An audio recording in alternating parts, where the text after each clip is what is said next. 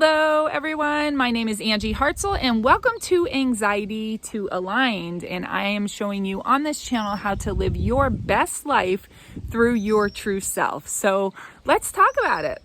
Today, we're talking about living your purpose. Oh, this one is so big. It's big, right? There's so many of us out there that we just feel like we are just so unsure what we're supposed to be doing in this life. We know what we're doing every single day does not serve us. We know that it's just going to the grind. And I want to talk about how you can start to kind of take little pieces of your life that are making sense, and let's expand that and step into more of living your purpose. First, I want to share a little story with you. So when we talk about living our purpose, you know, one of the things that I absolutely love is getting into an environment with other people who are thriving, right? That feels absolutely amazing.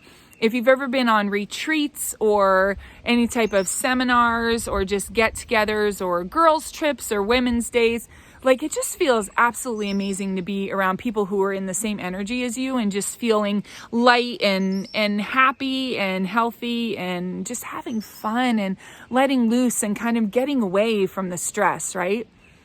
Well, when you live your purpose and you align yourself, the key word is align, balance, right? I don't know why bugs keep landing on my face today. It's a beautiful day out here in nature. Absolutely beautiful this morning. And I'm just really enjoying being out on my back deck, and you can see the trees and the birds and everything behind me. But so when we talk about living our purpose, like when you step into more of your true self, your higher self, the person that you are supposed to be in this life, living your purpose feels right. Okay, so let's say that you're going through life, and I'm just going to use basic things here. I'm going to say that you are an accountant, right? So every single day you wake up, you get dressed, you go to work, you serve a purpose at work. You are an accountant. You do an amazing job at being an accountant. You are super thorough. You feel fulfilled at the end of the day with what you do.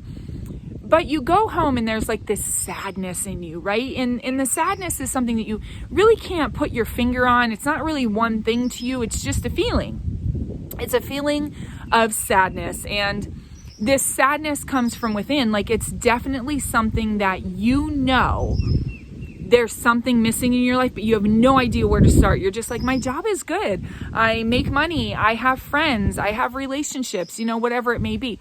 But there's something just missing. There's something missing.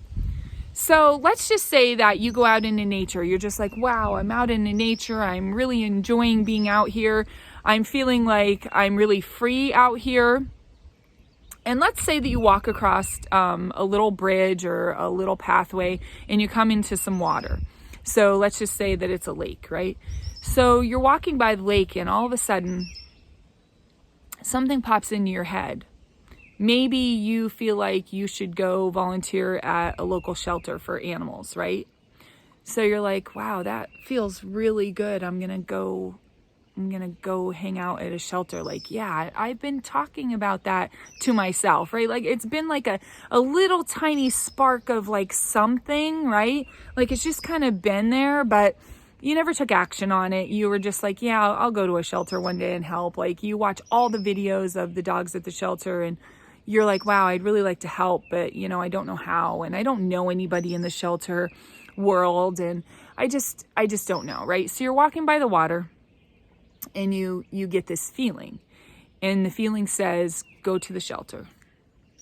And you go home and you make dinner and you sit and you watch some TV and a friend calls you and you hang out on the phone and then you get a shower and you go to bed.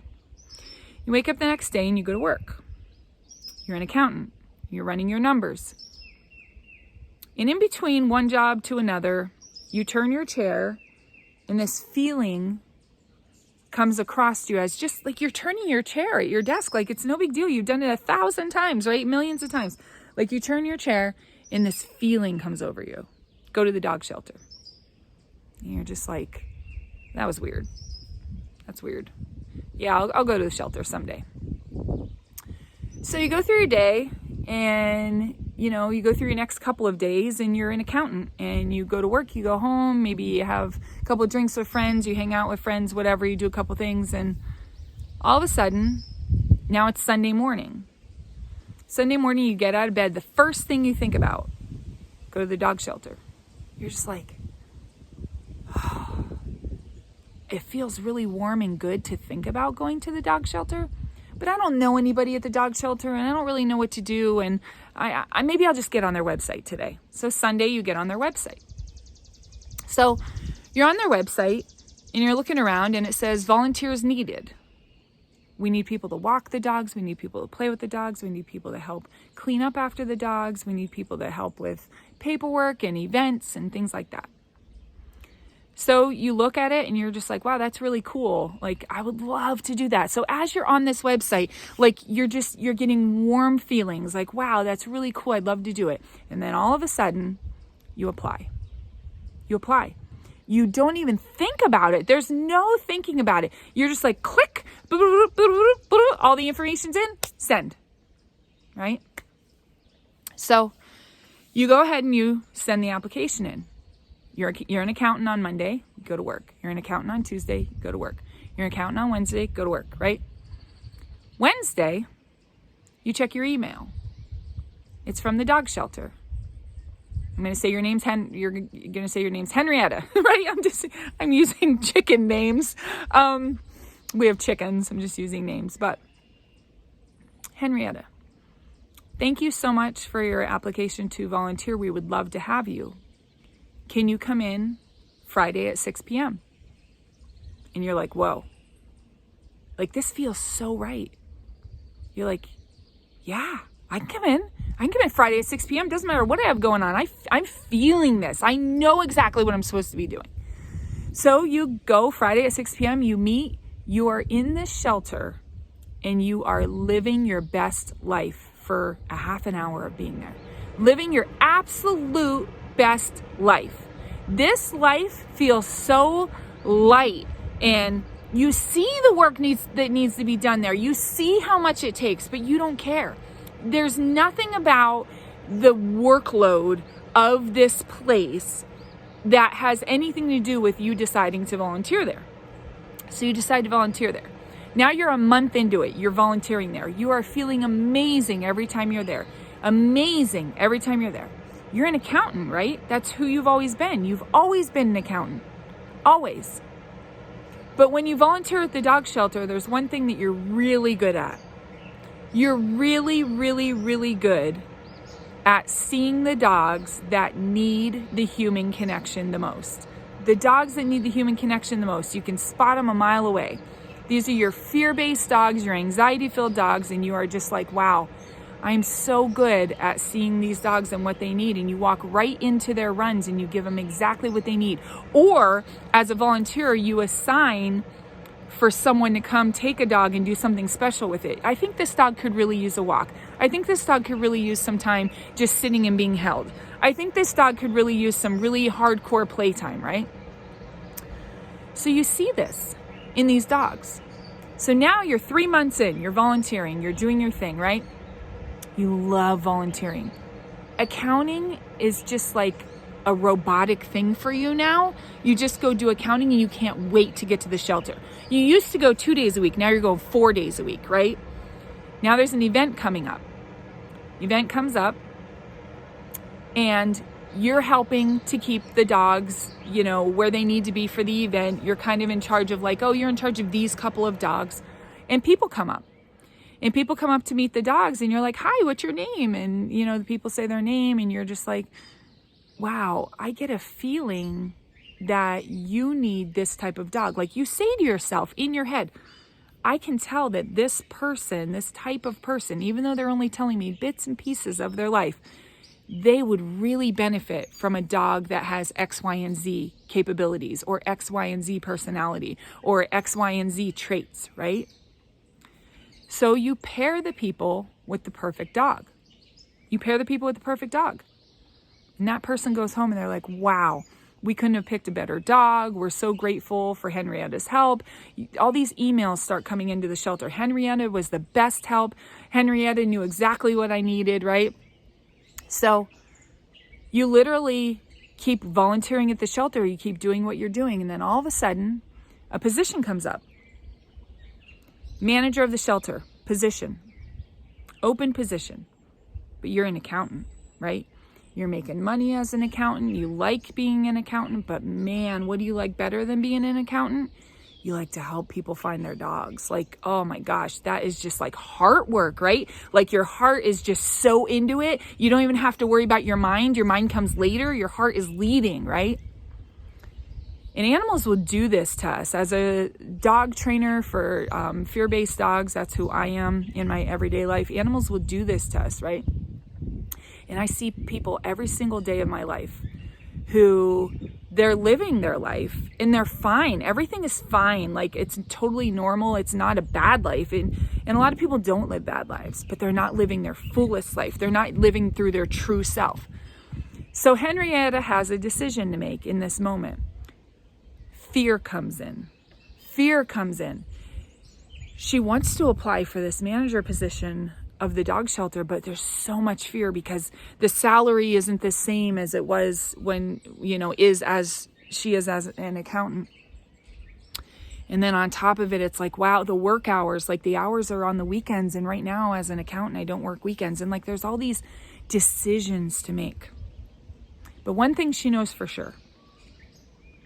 She knows for sure that the work that she does at that shelter is the most fulfilling work she's ever had in her life. Ever. And she also thinks about the people that she's helping. She's helping so many people. She also helps people as an accountant. She truly does. It's not that accountants aren't, amazing people. But the fulfillment to her heart is at the shelter. So she applies. She interviews. In the interview, the words are spoken to her. Henrietta, I feel like you are the best person for this job.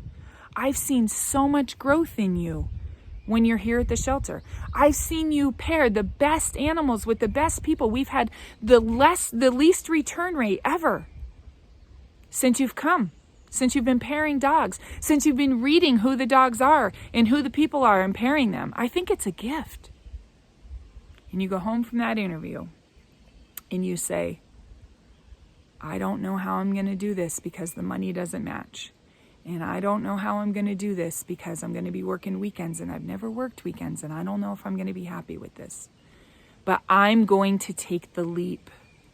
I'm going to step into what fulfills my heart. I'm going to say yes to me, to the whole complete balanced me, to the me that's excited to go to work, to the me that loves helping people, to the me that's a mentor and mentors the other volunteers there, to the me that cannot wait to make that shelter an even bigger and better place than it is. I'm going to say yes to me. And when you say yes to me, no matter who you are in life, when you say yes to who you truly are, when you know that that calling is on your heart, and God and the angels and the spiritual entourage that you have going on is pushing you lightly, just like a doo-doo, right? And you're like, I feel it. I don't know how I'm going to figure out the logistics of it all. I might even need to have to move. Moving scares people. Moving doesn't scare me at all. It never has. Moving is change and it's new direction and it's excitement. But when you truly step into your purpose, no matter what it is, you might love to do makeup. And you're like, I can't do makeup. I don't know how I'm going to make it being a makeup artist. Start getting on YouTube. Look at mentors. How are they doing it? How did they start? What were some small things that they changed in their everyday life? Because, when you're stepping into your purpose, you're in this hybrid mode, right? Because a lot of you is over here in your existing life, right? You're over here in your existing life and there's blips and pulls and tickles and flutters of what really makes you happy, but you can't trust it yet because you don't know how to trust it yet. You only know how to feel safe and stay in safe mode. And so many people don't know how to break out of that. They don't know how to break out of safe mode to take the leap, to do the thing. I mean, do you literally have to just change one thing? Do you have to just change your job? Do you have to just change your location? Or are you going to go all in and change it all? Is there something that's calling you across the other side of the world?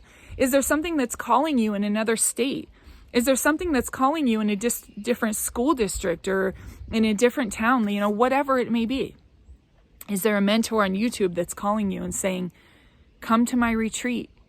You go to their retreat, you feel different. You know you can feel different in your life, and you can see where it is that you want to go. And that's everything about living your purpose is. It's being balanced from within. It's being loved from within. You love what you love because you love it and you know that it's right for you, and there's no other reason. You don't need to list on paper because it makes good money and I just feel like it's good for me, and so told me that it would be the best thing for me because I have this great trait, right? I'm going to tell you something right now. I cleaned houses for 7 years. 7 years. Cleaning houses is not my life purpose. I helped a lot of people. I helped a lot of elderly people, special needs people who couldn't do it themselves. I helped those people. That was part of my stepping stone into my purpose.